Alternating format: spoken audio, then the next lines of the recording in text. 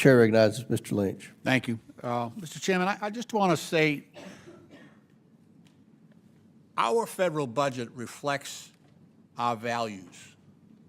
When we fund the VA, so it's not just about numbers. It's about the mission and the purpose of our budget. With all due respect, you do understand our federal budget is $2.5 trillion in Reclaiming debt. my time, though. I know, I'm just saying, but our values, we reclaiming my can't time, have values Mr. Chairman, where we you don't get to just interject, Mr. Chairman. You know what? I think you've already spoken, so I you're have out not of order. spoken on this. I borrowed on somebody else's time. All right, go ahead. I borrowed somebody else's time. In the halls of Congress, debates over the federal budget often seem technical numbers on a page, charts on screens, projections debated by economists and policy analysts. But beneath the surface of every budget proposal lies a far more profound and deeply human question: what do we, as a nation, value? The budget is not merely a fiscal tool, it is a moral document. It tells the story of who matters, whose needs are prioritized, and which commitments we intend to keep or abandon. And I will speak. Well, speak. You all have put our values. country It in does- debt. does reflect Kids are values. graduating from You're college. about to put our with country in debt. $4 trillion more debt. I don't think you all could find $1 billion on. in savings. Come You don't on. care about the Come on. Congressional Budget Office scores because you Mr. don't care Chairman, what anything reclaiming my costs. You time. just want to spend Reclaiming my time. hard-working American taxpayers' money. I asked to Give restore him the 5 time. minutes. You can talk all you want. I want everyone in America to see how much Mr. opposition Chairman, you all have to. You're out of order. You're out of order. Your own chairman, and you're out of order. Go ahead. Okay. Go ahead. Now, without interruption, what we decide here in the budget is the point I'm trying to make is it's not just dollars and cents. It's about where that money goes and what purposes and what priorities it reflects. And those, governing is about making decisions, and we choose to fund things that in this country we have honored for a very long time, and that, I have to say, in my 25 years in Congress, we have had very little disagreement on funding veterans' benefits. I have to say that. I don't think I can count on one hand the time we had disagreements over 25 years when we talk about how do we care for our veterans, things like that. And I miss that because now we're fighting tooth and nail about whether we're going to lay off 80,000 employees at the VA. What I'm saying is that, sure, it's about the budget, but underlying that budget is our priorities as a country, what we consider to be worthwhile. And I feel that veterans' benefits are worthwhile. Veterans' health care is worthwhile. The way we treat our federal employees is important.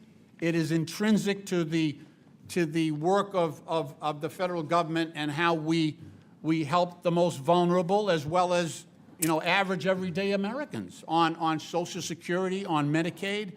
So I've had layoffs recently in one of my big health centers, community health centers, laid off 60 people in a city that can't afford that. And that's because of decisions that are being made on the budget, on the numbers on the budget. We're going to cut over $800 billion on Medicaid. I've got nursing homes. So I got seniors who are, they can't go out and get another job. They're in nursing homes. Their families are trying to care for them. We're cutting 40% of the income for those long-term care nursing homes for elderly are being impacted by the numbers in this budget. And that's very troublesome. So I'm just saying that this is different. The gentlelady from Georgia is correct. I've been through reconciliation before. I know how this process works, and it is about numbers. This particular congressional session, captured in a raw and emotionally charged exchange, centers on one of the most consequential debates in recent memory. As lawmakers review a proposed federal budget, one long-serving representative passionately articulates the moral and human consequences of what these numbers actually mean.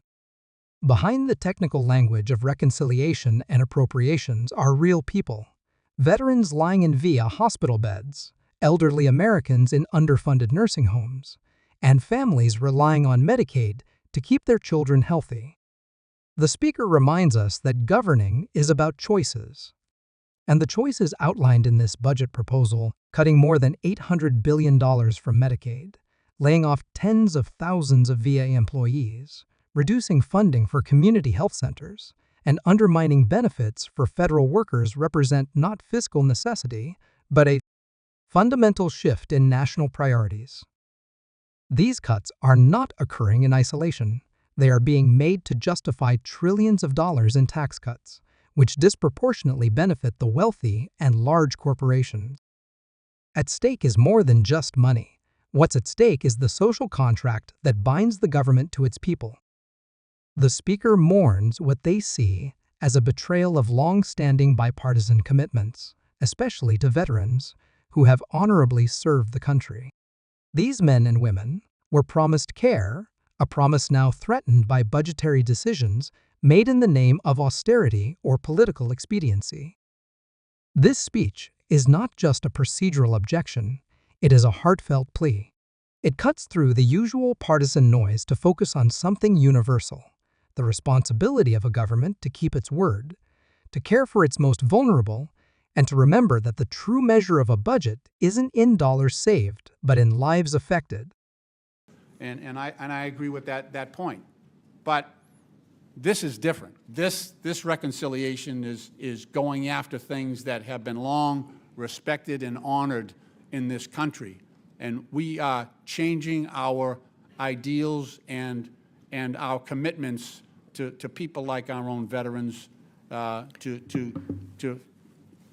want to pull benefits from federal employees. And again, the numbers behind this all, the general purpose here, as you know, Mr. Chairman, is to make a tax cut possible. So we're going to increase the debt. We are. That's the plan here.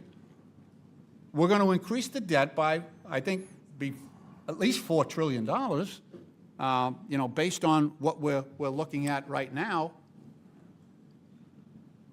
And to justify that, we're cutting all this. We're cutting people who, veterans' benefits are different. They're different. They're different and they're special because veterans' benefits are for courageous service previously rendered. We owe this. We owe those benefits. Those wounded veterans lying in VA hospitals all across this country, your state and mine, we owe them for their service. They have delivered.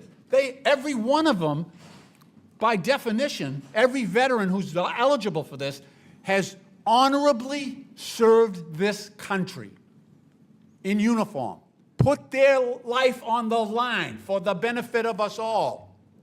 We made a commitment to them. We said, if you come back with wounds, visible or invisible, we will take care of you. We made that promise. Multiple generations of Americans have made that promise. And this budget, these numbers, breach that promise. We break that promise in this bill. First time ever, at least in the 25 years I've been here. Mr. Chairman, thank you for your courtesy, and I yield back.